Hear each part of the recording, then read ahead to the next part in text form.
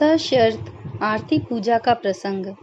हमारे तथा हमारे आदरणीय गुरु भाई बहन कभी कभी योगेश्वर द्वय की कृपा एवं लीला चरित्रों का वर्णन कर रहे होते हैं एवं उसमें यदि कोई पुरुष या महिला जो सिद्ध योग संप्रदाय से किसी भी प्रकार संबंधित नहीं है हम लोगों का प्रसंग सुनता है तो सर्वप्रथम तो उसे इन बातों का विश्वास ही नहीं होता।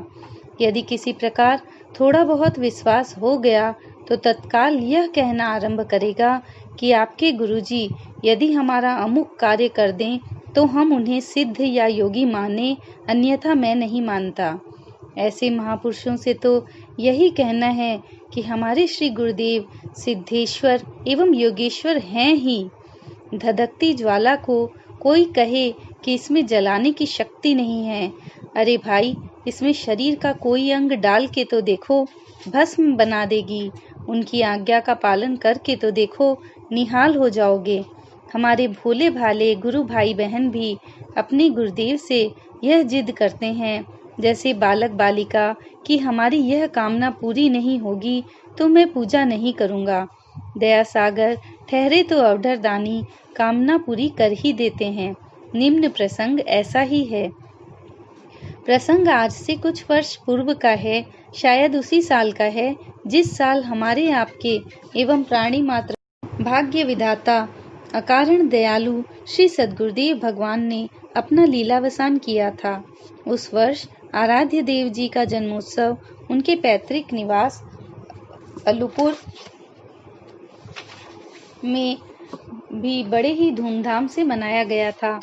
इस उत्सव में भाग लेने देश के कोने कोने से हमारे आदरणीय गुरु भाई बहनों का अपने निवास स्थान को जाने का कार्यक्रम प्रारंभ हुआ।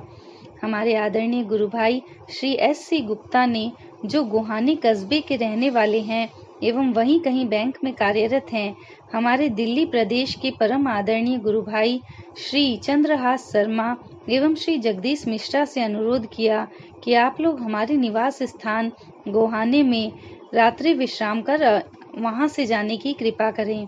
अपने नवागंतुक गुरु भाई बहनों को इस तथ्य से अवगत करा देना उचित होगा कि भाई श्री चंद्रहास शर्मा जी आराध्य देव जी के विशेष कृपा पात्र शिष्य एवं योग का प्रयोगात्मक अनुभव रखने वाले योगी साधक हैं एवं श्री जगदीश मिश्रा जी आराध्य देव श्री सद्गुरुदेव जी महाराज के एक निष्ठ नियमित योगाभ्यासी साधक हैं।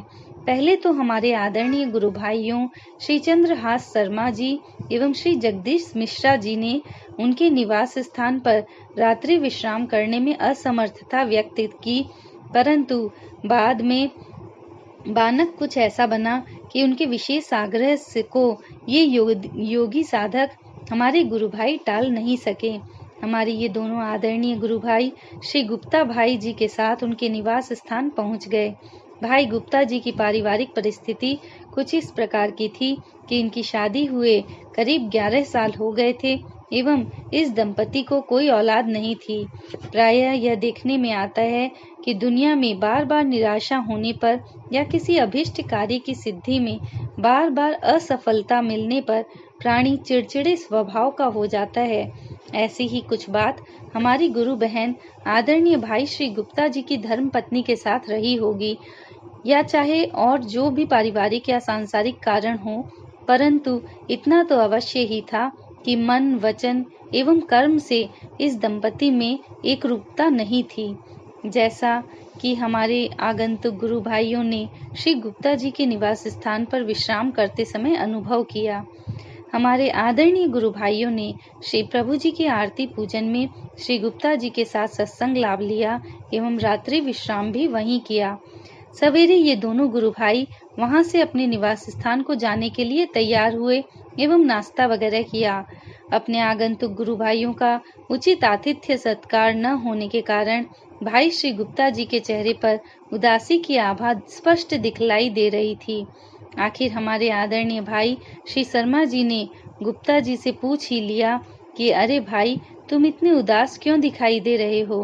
पहले तो भाई श्री गुप्ता जी ने संकोच से कुछ कहना नहीं चाहा, परंतु जब श्री शर्मा जी ने कहा कि भाई सत्य सत्य स्पष्ट बतलाओ, क्योंकि हमें ऐसा लगता है कि तुम विशेष ही उदास और निराश हो, तदुपरांत भाई श्री गुप्ता जी ने अपनी व्यथा कथा का वर्णन किया। उनका सारांश यही था कि किसी भी प्रसंग में इस दंपति में मैतक्य नहीं था। इसका चाहे और जो भी कारण रहा हो, मुख्य कारण यह था कि भाई श्री गुप्ता जी हमारे आपके आराध्य देव को परात्पर ईश्वर एवं समर्थ योगेश्वर के भाव से देखते थे, परंतु उनकी सहधर्मिणी ऐसा मानने को बिल्कुल तैयार नहीं थी। वह अपने पतिदेव से प्रायः यह कहा करती थी कि यदि तुम्हारे गुरुदेव इतने सर्वसमर्थ योगेश्वर हैं, तो उनसे अमुक कार्य क्यों नहीं करा लेते। श्री गुप्ता जी के मुख से इन तथ्यों की जानकारी होने पर अतिथि गुरु भाइयों ने भी कष्ट का अनुभव किया। आदरणीय गुरु भाई शर्मा जी ने गुप्ता जी से कहा कि आप अपनी धर्म पत्नी को यहाँ बुलावें। उन्होंने कहा कि जाकर आपकी बात कहता हूँ, यदि आ जाए तो ठीक है। भाई श्री शर्मा जी ने कहा कि अरे भाई, हमारी गुरु बहन यदि आने से इनकार करे तो उन्हें बतला देना कि आपका एक गुरु भाई आपसे मिलना चाहता है। खैर, श्री गुप्ता जी ने अपनी धर्म पत्नी से कहा एवं उस कमरे में हमारे भाइयों के सम्मुख उपस्थित हुई। आदरणीय भाई श्री चंद्रहास शर्मा जी ने प्रश्न किया, देवी, आप दोनों में मैतक्य न होने का क्या कारण है।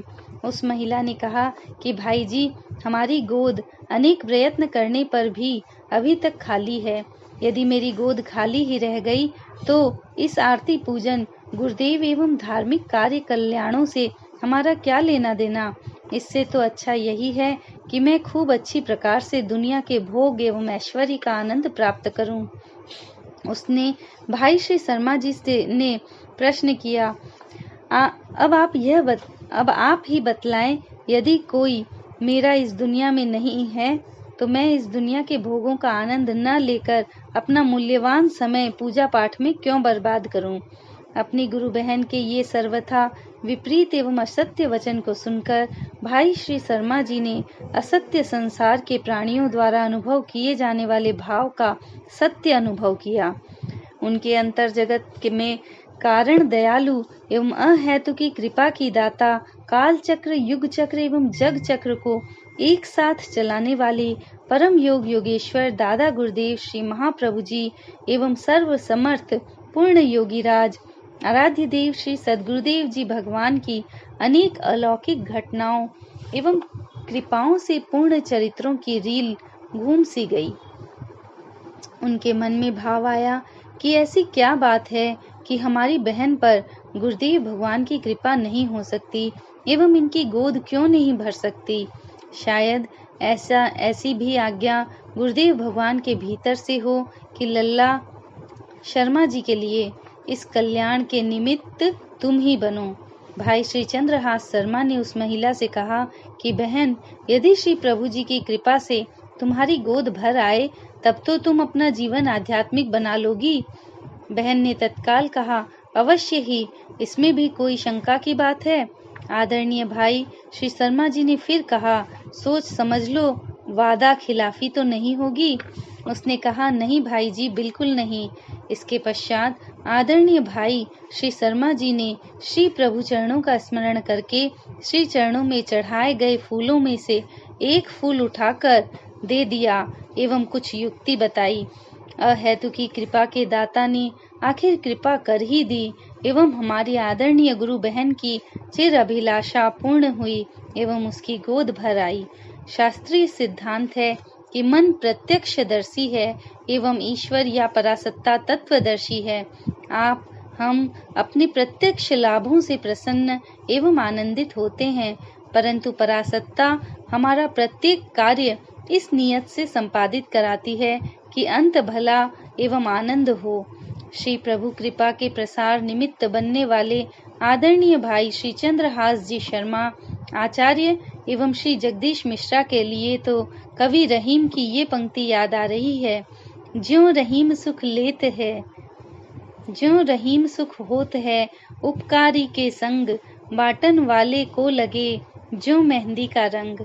बोलिए श्री सद्गुरुदेव भगवान की।